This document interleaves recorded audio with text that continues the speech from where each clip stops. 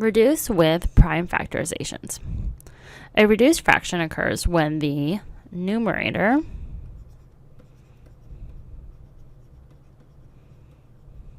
and the denominator do not share a common factor.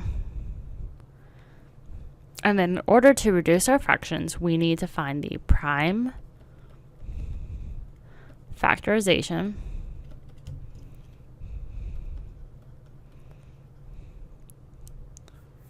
and divide out the common factors. So let's look at an example of how we do this. Here we have, there are 126 vehicles that come into a shop in a given day. 84 of them were due to a recent recall on Takata airbags. Determine the fraction of vehicles that came into the shop for a recall. Write your answer as reduced fraction. So here we have 84 out of 126. So what we need to do is then do the prime factorization for both the 84 and the 126. Let's go ahead and write 84 below, and then let's do our factor tree. So we have 84, let's divide it by 2. 2 can go into 8 4 times, and then 2 can go into 4 2 times. So 84 divided by 2 is 42. We'll circle a 2, it's a prime number. Now 42, let's divide by 2. 2 can go into 4 2 times, 2 can go into 2 1 time.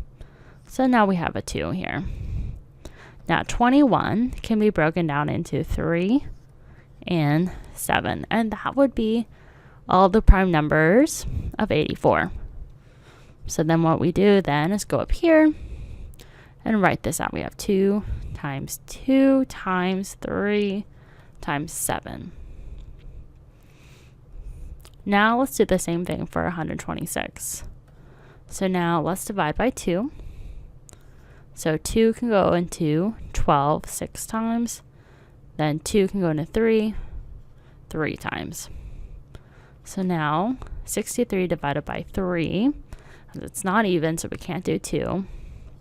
So 3 can go into 6 2 times, and 3 can go into 3 1 time. And now 21 can be broken down into 3 and 7. And those are the prime numbers. So let's go ahead and write that. So we have 2 times 3 times 3 times 7.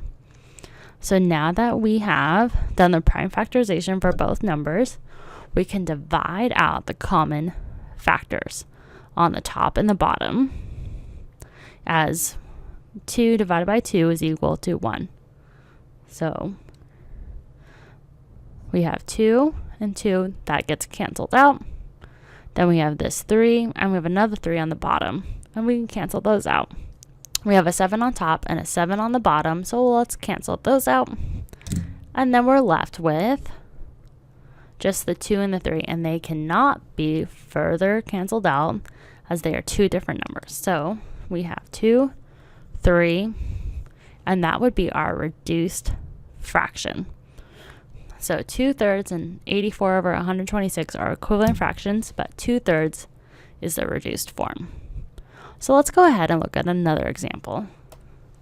Example 2, reduce 40 over 36 with prime factorization. So we have 40 over 36.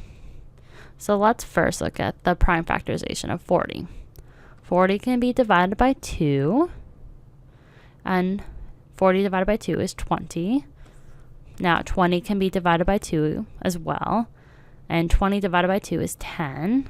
So now we have 2, and then we're going to further divide out 10. So we'll divide it by 2. 10 divided by 2 is 5.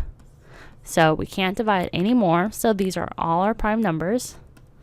So we have 2 times 2 times 2 times 5 on the top.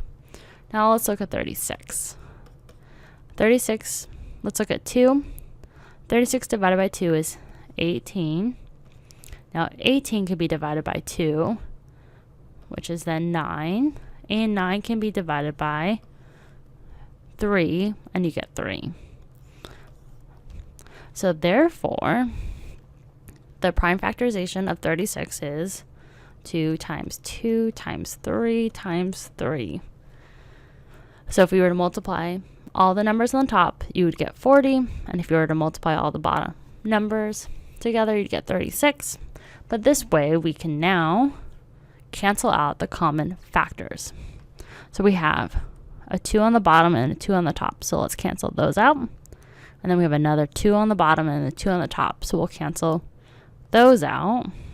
And then we have a 2 and a 5 and a 3 and a 3 on the bottom. So we can't further divide out. So what we would have to do is then multiply 2 times 5, which is 10, and 3 times 3 is 9. So this would be the reduced fraction of that number. So let's look at one more example. Reduce the following measurement, 4 of 32 inch, to its lowest terms.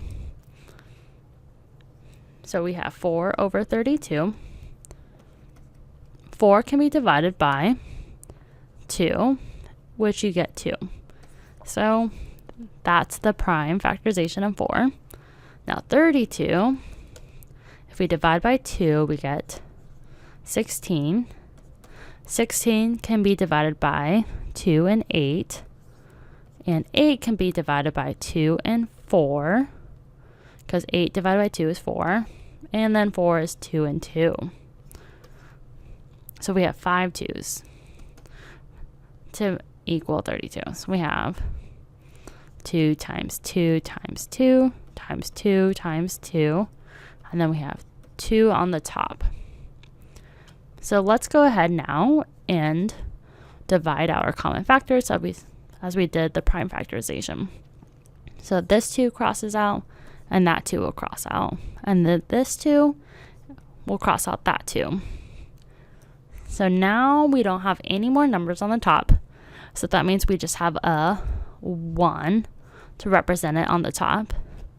And then we can multiply out the last numbers on the bottom. So 2 times 2 is 4, times another 2 is 8. So we would say 1/8 is